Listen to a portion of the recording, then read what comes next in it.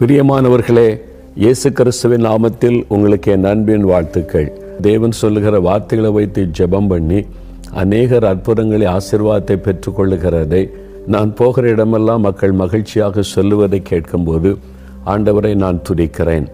அதனால தான் இந்த நாளிலும் உங்களுக்கு ஒரு வாக்கு கொடுக்கிறார். என்ன வாக்கு தத்தம்? நாகும் 1 அதிகாரம் 15 வசனத்தில் ஆண்டவர் சொல்லுகிறார், துஷ்டன் இனி உன் வழியாய் கடந்து வருவதில்லை, அவன் முழுவதும் சங்கரிக்கப்பட்டான். துஷ்டன் உன் வழியாய் இனி கடந்து வருவது இல்லை. ஆண்டவர் இந்த வருஷத்துக்கு என்ன வாக்கு கொடுத்தார்? இனி தீங்கை காணாதிருப்பாய். இதுவரைக்கும் பல தீங்குகள், பல வேதனைகளை நீ கண்டிருக்கலாம். இனி நீ தீங்கை காணாதிருப்பாய். இப்போ ஆண்டவர் சொல்லுகிறார், இனி துஷ்டன் உன் வழியாய் கடந்து வருவது இல்லை, அவன் துஷ்டன் என்று ஆண்டவர் சொல்லுகிறார். யாரை குறித்து அப்படி சொல்லுகிறார் அப்படின்னு பார்த்தீங்கன்னா, நமக்கு தீங்கி செய்கிற மனிதர்களை குறித்தா, நம்ம மேலே பொறாமை கொண்டு இல்லாத பொல்லாத சொல்கிறாங்களே அவங்களை குறித்தா, நம்முடைய வாழ்க்கையில் ஏதாவது பிரச்சனை உண்டாக்கிக்கிட்டே இருக்கிறாங்களே வீட்டுக்குள்ளே, ஆஃபீஸில், வெளியில், அவங்களை குறித்து சொல்கிறாரா? இல்லை. ஆண்டவர் சொல்ல இந்த துஷ்டன் யார் என்றால் 1 பேதுரு 5 அதிகாரம் 8 வசனத்தில் ஆண்டவருடைய வார்த்தையில் அழகாய் தேவன் நமக்கு சொல்லி இருக்கிற ஒரு காரியம், எதிராளியாகிய பிசாசானவன். நமக்கு ஒரு எதிராளி இருக்கிறான். நம்ம இயேசுவை பின்பற்றும் போது, ஆண்டவரை துதித்து அவருக்குள்ளே மகிழ்ந்திருக்கும் போது நமக்கு ஒரு எதிராளி இருக்கிறான். அவன் எப்படி நமக்கு எதிராளி ஆனான்? அவன் இயேசுவுக்கு எதிராக இருக்கிறதுனால இயேசுவை விசுவாசித்து அவரை பின்பற்றுகிற நமக்கு எதிராளியாய் மாறிவிட்டான். இயேசுவை பின்பற்றுகிறவர்களை, அவருக்குள்ளே மகிழ்ந்து களி கூறுகிறவர்களை குறிவைத்து தாக்குவது, வேதனைப்படுத்துவது, முடக்குவது, அவங்களை துக்கப்படுத்துவது, சேரம் உண்டாக்குவது, இதுதான் அவனுடைய வேலை. இவன் மறைந்திருந்து தாக்குகிற நம்முடைய எதிராளி. கண்ணுக்கு தெரிகிற மனிதர்கள், மாம்சமும் இரத்தம் உள்ளவர்கள் நம்முடைய எதிராளிகள் அல்ல. நம்ம வீட்டுக்குள்ளே, வேலை செய்கிற இடத்துல, வசிக்கிற இடத்துல, ஊழியம் செய்கிற இடத்துல சில பொல்லாத மனிதர்கள் எழும்பி நமக்கு விரோதமாய் பல காரியத்தை செய்யலாம். நமக்கு வேதனை உண்டாக்கலாம், நஷ்டம் உண்டாக்கலாம், தடை உண்டாக்கலாம், ஏதாவது டிஸ்டர்பன்ஸ் பண்ணலாம். ஆனால் அவங்க நம்ம எதிராளிகள் அல்ல. அவங்களை பயன்படுத்துகிற, மறைந்திருந்து செயல்படுகிற ஒரு எதிராளி இருக்கிறான். அவன்தான் துஷ்டன் ஆகிய பிசாசானவன்.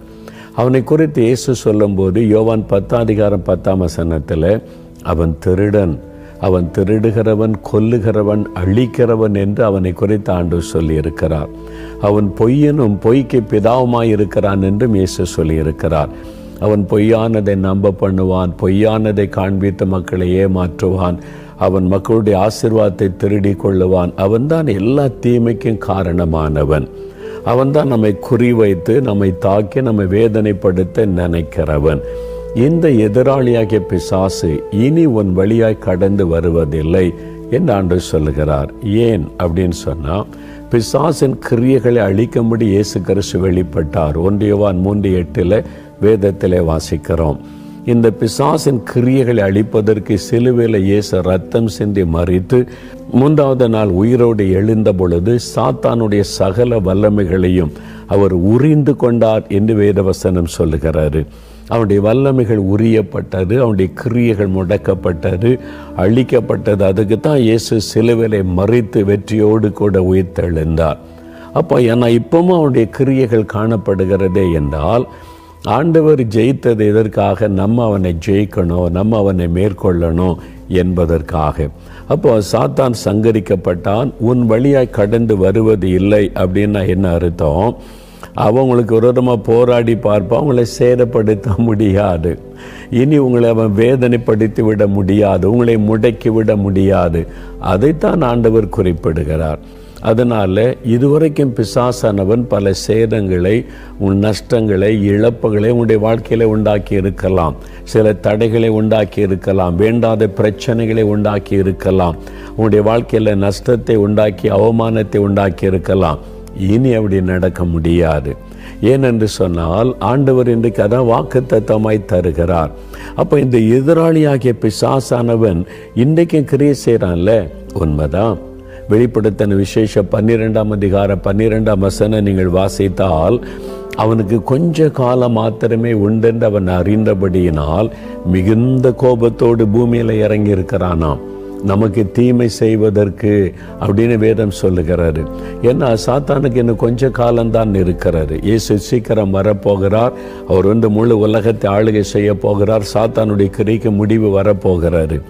அதனால் அவன் கோபத்தோடு இறங்கி ஆண்டவருடைய கிரியைகளுக்கு விரோதமாய், தேவ பிள்ளைகளுக்கு விரோதமாய் பலமான யுத்தத்தை செய்து வேதனைப்படுத்த போராடுகிறான்.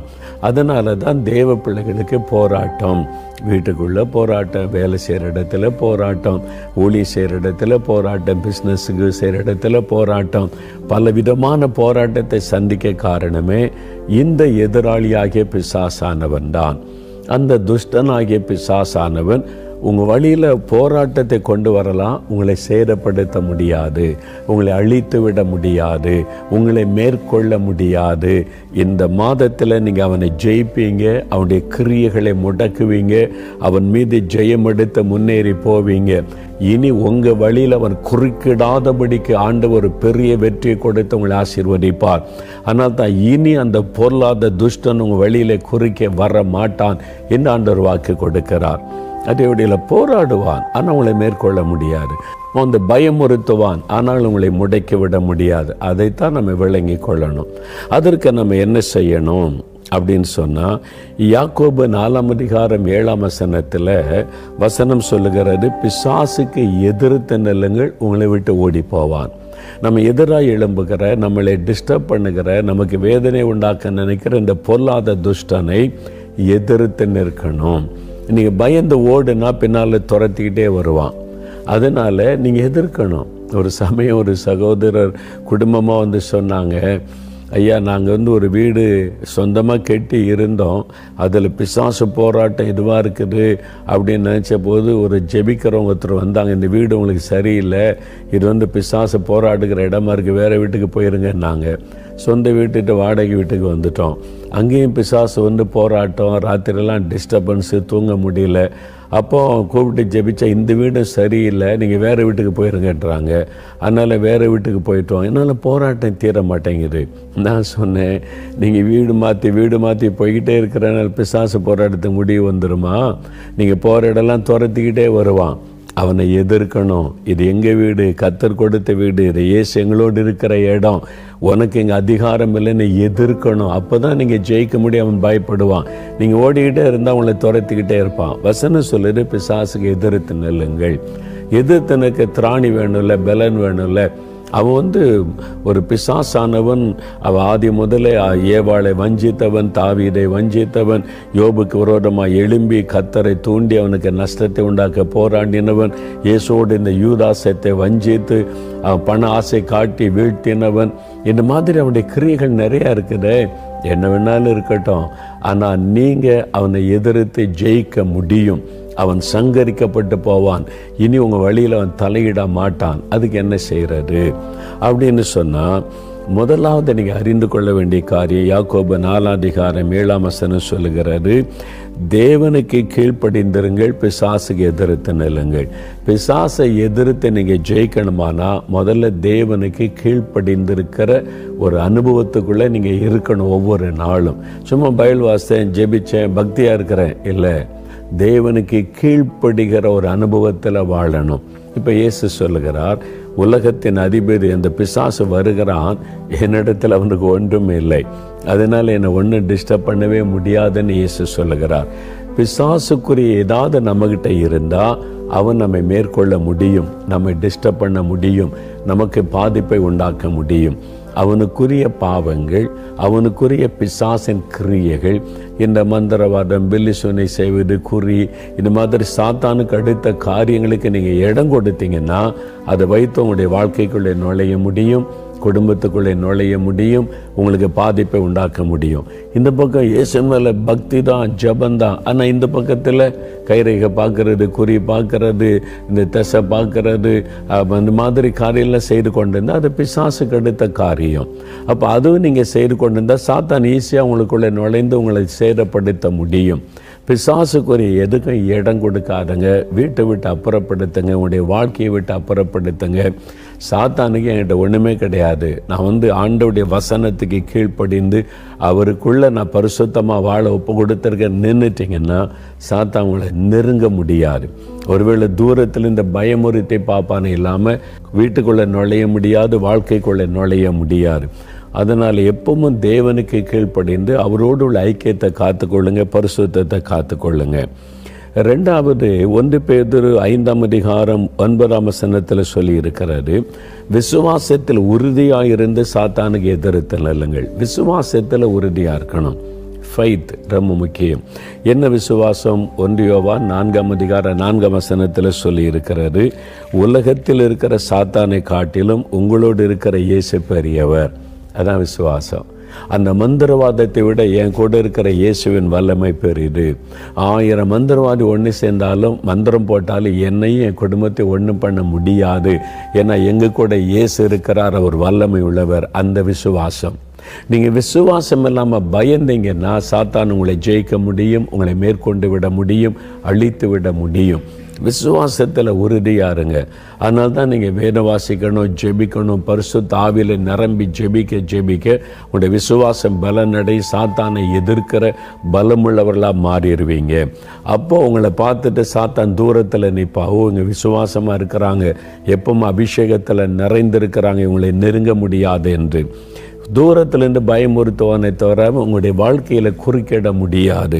அதனால் விசுவாசத்தில் உறுதியாக இருக்கணும். லூக்கா 10:19 இயேசு சொல்லுகிறார், இதோ சர்ப்பங்களையும் தேள்களையும் மிதிக்கவும் சத்துருடைய சகல வல்லமைகளை மேற்கொள்ள உங்களுக்கு அதிகாரம் கொடுக்கிறேன்.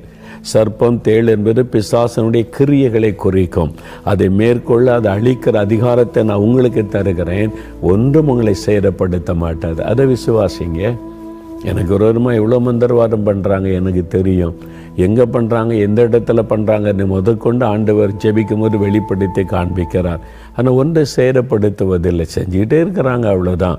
ஏன்னா என் கூட இருக்கிற இயேசு பெரியவர், அந்த மந்திரவாதத்தை விட பெரியவர். அந்த விசுவாசம் அதில் உறுதியாக இருந்துட்டிங்கன்னா எத்தனை மந்திரவாதம் பண்ணாலும் எத்தனை பில்லிசுனை பண்ணினாலும் உங்களை உங்களுடைய குடும்பத்தை சேதப்படுத்த முடியாது. விசுவாசத்தில் உறுதி இருக்கணும், ஆனால் பரிசுத்தம் இருக்கணும். பரிசுத்தம் பாதிக்கப்பட்ட விசுவாசம் பாதிக்கப்படும். அது உங்களுடைய வாழ்க்கையில் சாத்தான் உங்களை மேற்கொள்ள இடமாக்கிவிடும். அதனால் வேத வசனத்தை வாசித்து கர்த்தருக்குள்ள உங்களை நல்லா திடப்படுத்தி கொண்டு பரிசுத்தத்தை நீங்கள் காத்துக்கொண்டு விசுவாசத்தில் உறுதியாக இருந்தீங்கன்னா சாத்தான் உங்களுடைய வாழ்க்கையில் எந்த தீமையும் கொண்டு வர முடியாது, உங்கள் வழியில் குறுக்கிட முடியாது. விசுவாசத்தில் உறுதியாக இருங்க. அவனை சேதப்படுத்த முடியாது. அவனை மேற்கொள்கிற அதிகாரத்தை இயேசு எனக்கு தந்திருக்கிறார்.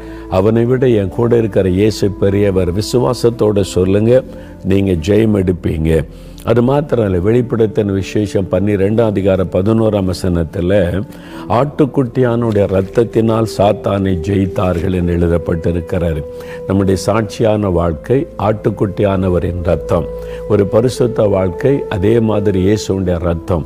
தினந்தோறும் என்ன பண்ணுங்க, ஜெபிக்கும் போது உங்களையும் உங்களுடைய குடும்பத்தையும் உங்களுக்கு உண்டான எல்லாவற்றையும் இயேசுவின் ரத்தத்துக்குள்ளே ஒப்பு கொடுத்துருங்க. ஆட்டுக்குட்டியான ரத்தத்துக்குள்ளே நான் ஒப்பு கொடுக்குறேன் அப்படின்னு சொல்லி ஒப்பு கொடுத்து நீங்கள் ஜெபிக்கிறணும். இயேசுடைய ரத்தத்துக்குள் ஒப்பு கொடுக்கிற என்னையும் என் பிள்ளைகள் எனக்கு உண்டான எல்லாவற்றையும் ஆட்டுக்குட்டியான ரத்தம், இயேசுவின் ரத்தம், அந்த ரத்தத்தின் மூலமாக தான் சாத்தானை இயேசு ஜெயித்தார். அந்த ரத்தத்தின் வல்லமையில தான் அவனுடைய கிரியைகளை அழித்தார். அதனால இயேசு கிறிஸ்துவின் பரிசுத்தமுள்ள ரத்தத்தை நீங்கள் தினமும் சொல்லணும். ரத்தத்தை குறித்த பாடலை பாடுங்க. ரத்தத்துக்காக, இயேசுடைய பரிசுத்தமுள்ள ரத்தத்திற்காக ஆண்டவரை துதிங்க. அந்த ரத்தத்தின் வல்லமைக்குள்ள உங்களை ஒப்பு கொடுத்துருங்க. அனுதினமும் உங்களை ஒப்பு கொடுத்து ஜெபித்து நீங்கள் அவனுடைய ரத்தத்தின் அந்த பிரசன்னத்துக்குள்ளே இருந்துட்டீங்கன்னா சாத்தான் உங்களை தொடவே முடியாது. ஏன்னா அவருடைய ரத்தத்தின் வல்லமைக்கு பிசாசு நடுங்குவான். அதில் நீங்கள் கவனம் செலுத்துங்க. 4வது ஒரு காரியம் என்னன்னா, மார்க் 9:29 ஒரு பிசாசை துரத்த முடியலன்னு சீஷர்கள் இயேசுகிட்ட கேட்குறாங்க. ஏன் இந்த பிசாசை எங்களால் துரத்த முடியல? இயேசு சொல்லுகிறார், இந்த வகையான பிசாசு உபவாசத்தினாலும் ஜெபத்தினாலும் என்று வேறு ஒன்றினாலும் புறப்பட்டு போகாது. வெறும் ஜெபம் போதாது, உபவாச ஜெபம். உபவாசத்தினாலும் ஜெபத்தினாலும். எல்லாம் கவனிங்க. அப்போ சாத்தான் உங்களுடைய வழியில் குறுக்கிடாமல் இனி அவன் உங்களுக்கு தீங்கு செய்ய முடியாதபடி கர்த்தருடைய பாதுகாப்புக்குள்ளே இருப்பதற்கு உங்களை நல்ல ஒப்பு கொடுத்து இயேசுடைய இரத்தத்துக்குள்ளே அர்ப்பணித்து விசுவாசத்தில் உறுதியாக இருக்கணும். அது மாத்திரல்ல, உபவாச ஜெபம் ரொம்ப அவசியம். அதனால தான் ஒரு பிரச்சனை வந்த பிறகு உபவாசத்தை ஜெபிப்பது அல்ல. ஒவ்வொரு வாரமும் குறிப்பிட்ட நாள் உபவாசம் பண்ணி நீங்கள் ஜெபிக்க அர்ப்பணித்து கொள்ளுங்க. உடைய குடும்பத்துக்கு உபவாச ஜெபத்தை கூறுவித்து உபவாசத்தை ஜெபிங்க. சிலர் என்னை பார்க்க வரும்போது சொல்ல, வெள்ளிக்கிழமையில் உபவாசத்தை ஜெபிங்க, நாங்களும் ஜெபிக்கிறோன்னு சொல்லி நிறைய பேர் ஜெபிக்க ஆரம்பித்த பிறகு அந்த குடும்பங்கள் விடுதலை அடைந்து பாதுகாப்புக்குள் இருக்கிறதை நிறைய பேர் சாட்சியாக சொல்கிறாங்க. அப்போ வாரந்தோறும் அப்படி ஜெபிக்க பழகிட்டாங்க. குடும்பமாக உபவாசத்தை ஜெபிக்கணும்னா, பிள்ளைகள் ஸ்கூலுக்கு போகிறாங்க, நாங்கள் வேலைக்கு போகிறோம், பிஸ்னஸுக்கு போகிறோம். ஞாயிற்றுக்கிழமை நான் நிறைய பேருக்கு ஆலோசனை சொல்லுவேன், ஞாயிற்றுக்கிழமை காலையில் உபவாசம் இருங்க, உபவாசத்தோடு சர்ச்சுக்கு போங்க. அன்றைக்கி ஃபேமிலி எல்லோரும் இருப்பீங்க. காலையில் சாப்பாட்டை ஒதுக்கி சர்ச்சுக்கு போங்க. ஆராதனையில் போய் நல்ல வசனத்தை கேளுங்க, ஆவில நிரம்பி ஜெபிச்சு நேராக வீட்டுக்கு வந்துடுங்க. வீட்டில் வந்து குறைந்தது ஒரு மணி நேரம், சில இடத்துல 2 மணி நேரம் ஜெபிக்கிறேன், 1 மணி நேரம் நல்லா பாட்டு பாடுங்க, துதிங்க. உங்களுடைய அத்தனை காரியத்தை ஆண்டவருடைய ஆளுகைக்குள்ள பாதுகாப்புகள் ஒப்பு கொடுத்து உங்களுக்கு விரோதமாக எழும்புகிற பொறாமையின் ஆவிகள், பில்லி சொன்னிய வல்லமை, பிசாசின் கிரியைகள், வன்கண்ணின் ஆவிகள் எல்லாத்தையும் எதிர்த்து உங்களுடைய குடும்பத்துக்கு விரோதமாய், வேலைக்கு விரோதமாய், பிஸ்னஸுக்கு விரோதமாய், உங்களுக்கு விரோதமாய் என்னென்ன கிரியைகள் எழும்போது அதை எதிர்த்து ஜெபிச்சிருங்க. அவ்வளோதான், நீங்கள் சேஃபாக இருப்பீங்க. சாத்தான் என்ன ட்ரை பண்ணாலும் உங்களை ஒன்றும் பண்ண முடியாது, அவனால் உங்களை சேதப்படுத்த முடியாது. சும்மா தூரத்திலிருந்து போராடி பார்ப்பானே தவிர உங்களை நெருங்க முடியாது. அப்படி விடுதலை பெற்ற ஜெயம் பெற்ற பல குடும்பங்கள் எனக்கு தெரியும். அவன் சொல்கிறேன், பிரதர், நாங்கள் குடும்பமாக உபவாசித்து ஜெபிக்க ஆரம்பித்த பிறகு எங்கள் வீட்டுக்குள்ளே பெரிய மாற்றம், சாத்தானுடைய கிரியைகள் நுழைய முடிவதில்லை. அதுதான் உண்மை. அதனால் இனி அந்த பொல்லாத சத்துரு, அந்த தீயவன், அந்த பொல்லாத ஏமாற்றக்காரன், அந்த பொல்லாத பிசாசு உங்கள் வழியில் வராமல் இருக்கணுமானா இந்த காரியத்தை நீங்கள் கடைப்பிடிக்கணும். என்னுடைய ஊழியத்தின் ஆரம்ப காலம் ஒரு 40-45 வருஷத்துக்கு முன்னால் ஒரு அற்புதமான சாட்சியை நான் நேரடியாக கேட்டேன். ஒரு மந்திரவாதியாக இருந்த ஒரு மனிதர் இயேசுவை ஏற்றுக்கொண்டு ஊழியக்காரராக மாறிட்டார். அது எப்படி நடந்தது அப்படின்னு சொன்னால், அவர் ஒரு பயங்கர மந்திரவாதி.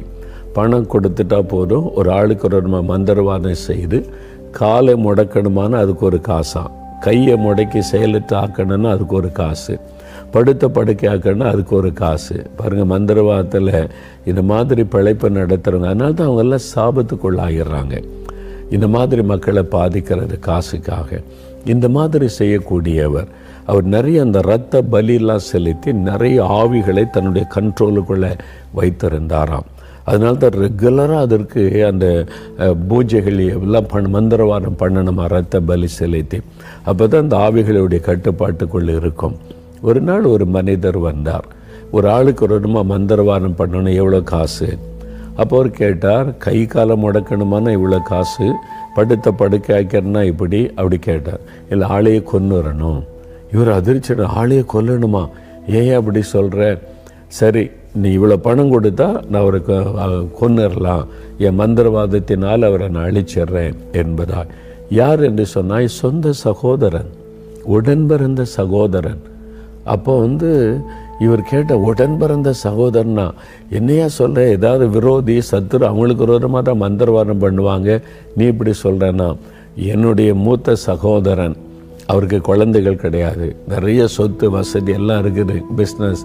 அவர் இறந்துட்டால் அந்த சொத்தெல்லாம் எனக்கு வரும், அதனால் அவர் இறந்துடணும், அவ்வளோதான். சொத்துக்காக, பணத்துக்காக சொந்த சகோதரனை கொல்லுவதற்கு மந்திரவாதம் பண்ண வந்திருக்கிறார் பாருங்கள். அந்த மாதிரி ஒரு ஆள் மந்திரவாதம் பண்ண வந்த கிறிஸ்தவர். யோசித்து பார்த்தீங்களா? இன்றைக்கி சில சர்ச்சில் வேஷம் போட்டுக்கிட்டு சிலர் மந்திரவாதிக்கிட்ட போகிறாங்க, மந்திரவாதம் பண்ணுறாங்க. இங்கே ரொம்ப பக்தி, இங்கே பைபிள் வாசிப்பு ஜெபம். சில கள்ளர்கள் சபைக்குள்ளே கூட இருக்கிறாங்க. அந்த சாபம் அந்த குடும்பத்தையே அழித்து விடும். இந்த மாதிரி போய் கேட்ட உடனே, சரி, எனக்கு நான் இவ்வளோ பணம் தந்துட்டா செஞ்சிடறேன், ஃபோட்டோ கொடு வைத்து ஒரு குறிப்பிட்ட நாளில் ஒரு மந்திரம் செய்ய ஆரம்பிக்கிறார். இந்த மந்திரம் செய்யும்போது இந்த பிசாசை ஏவி அனுப்புவாங்களாம். அந்த ஆவி போகிறத இவங்க பார்க்க முடியுமா? உட்காந்து ஏதோ மையெல்லாம் போட்டு அடிப்பான். அவ்வளோ ஒரு பவர்ஃபுல்லான ஒரு மந்திரவாதி அவர்.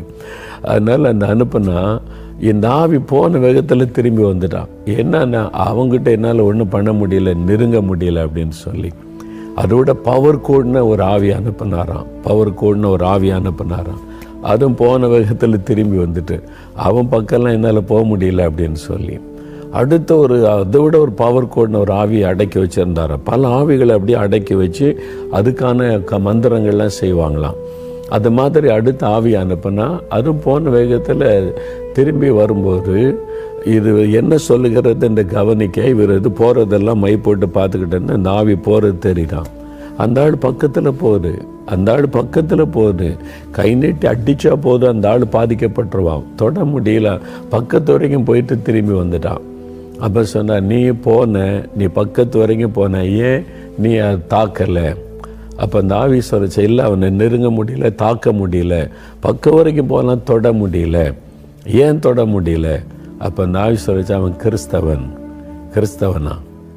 கிறிஸ்தவன் எத்தனை பேருக்கு ஒரு மந்திரவாதம் பண்ணியிருக்கிறேன், எத்தனை கிறிஸ்தவ குடும்பத்தை நான் பாழாக்கி இருக்கிறேன், பொய் சொல்றியா நீ அப்படின்னு கேட்டபோது அந்த ஆவி சொல்லிச்சான், இவன் உண்மையான கிறிஸ்தவன்.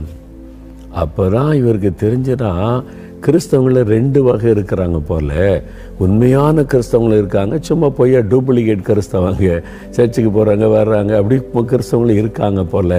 அந்த ஆவி சொல்லி தான் அவருக்கு தெரிஞ்சிடான். இவருக்குள்ள ஒரு பெரிய கேள்வியை கொடுத்தாரு.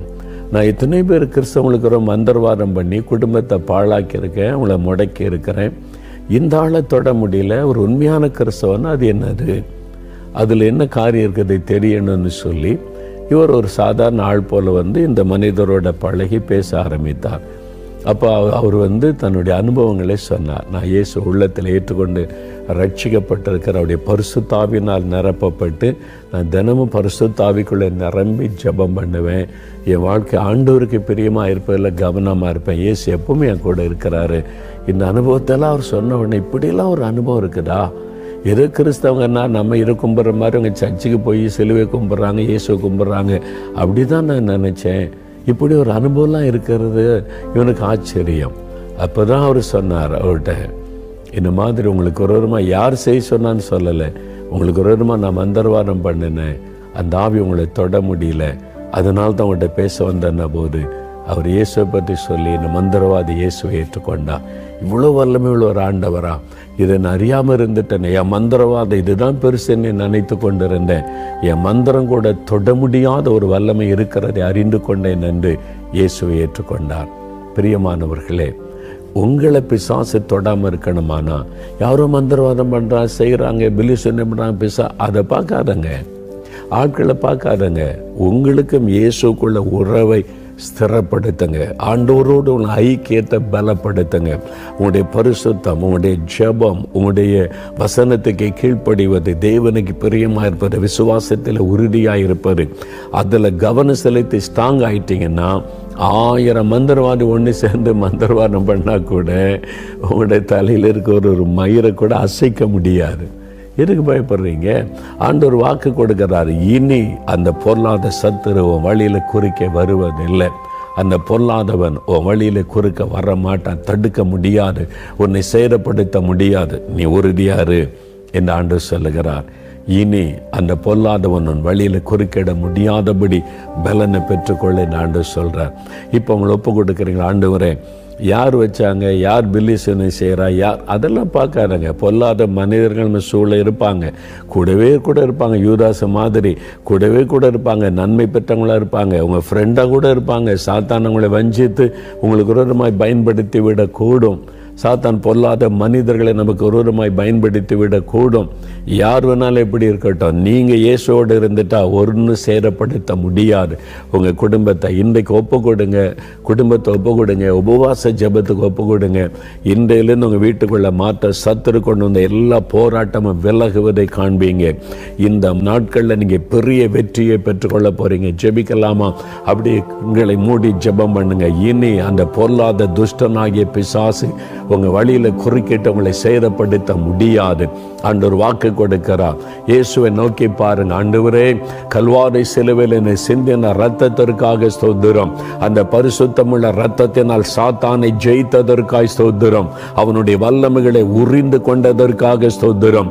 பொல்லாத துஷ்டனாகிய பிசாசானவன் என்னை, எங்களை, என் குடும்பத்தை எனக்கு விரோதமாய் எழும்பி கிரியை செய்கிற அவனுடைய வல்லமைகள் இயேசு கிறிஸ்துவின் நாமத்தில் முடக்கப்படுவதற்கு என்னை உமக்கு ஒப்பு கொடுக்கிறேன். உம்முடைய இரத்தத்தினால் கழுவும், என்னை பரிசுத்தப்படுத்த குற்றமற்றவனாய் குற்றமற்றவளாய் என்னை எப்பொழுதும் பரிசுத்தத்தில் வைத்துக் கொள்ள ஒப்பு கொடுக்கிறேன்.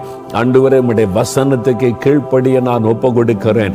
எப்பொழுதும் உம்முடைய வசனத்தை வாசித்து பரிசுத்த ஆவிக்குள் பலனடைய என் அர்ப்பணிக்கிறேன். பலவீனங்கள் மாறட்டும். என்னை பரிசுத்தப்படுத்தி சுத்திகரித்து வல்லமை படுத்துவீராக. விசுவாசத்திலே வல்லமை உள்ளவனாக கர்த்தர் என்னை மாற்றும். உலகத்தில் இருக்கிற அந்த சாத்தானை காட்டிலும் என்னோடு இருக்கிறவர் பெரியவர். எனக்கு விரோதமாய், என் குடும்பத்துக்கு விரோதமாய், என் வேலை, பிசினஸ், ஊழியத்துக்கு விரோதமாய் செயல்படுகிற அந்த பொல்லாதவனை விட நீர் பெரியவர்.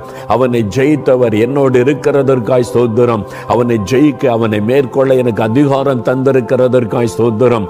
இப்பொழுதும் என் வாழ்க்கையிலே குறுக்கிடுகிற வியாதியை கொண்டு வருகிற, பலவீனப்படுத்துகிற, டிப்ரெஷனை கொண்டு வருகிற, நஷ்டத்தை கொண்டு வருகிற, இழப்புகளை கொண்டு வருகிற, தடைகளை ஏற்படுத்துகிற பொல்லாத பிசாசை நான் இயேசுவின் நாமத்தில் கடிந்து கொள்ளுகிறேன்.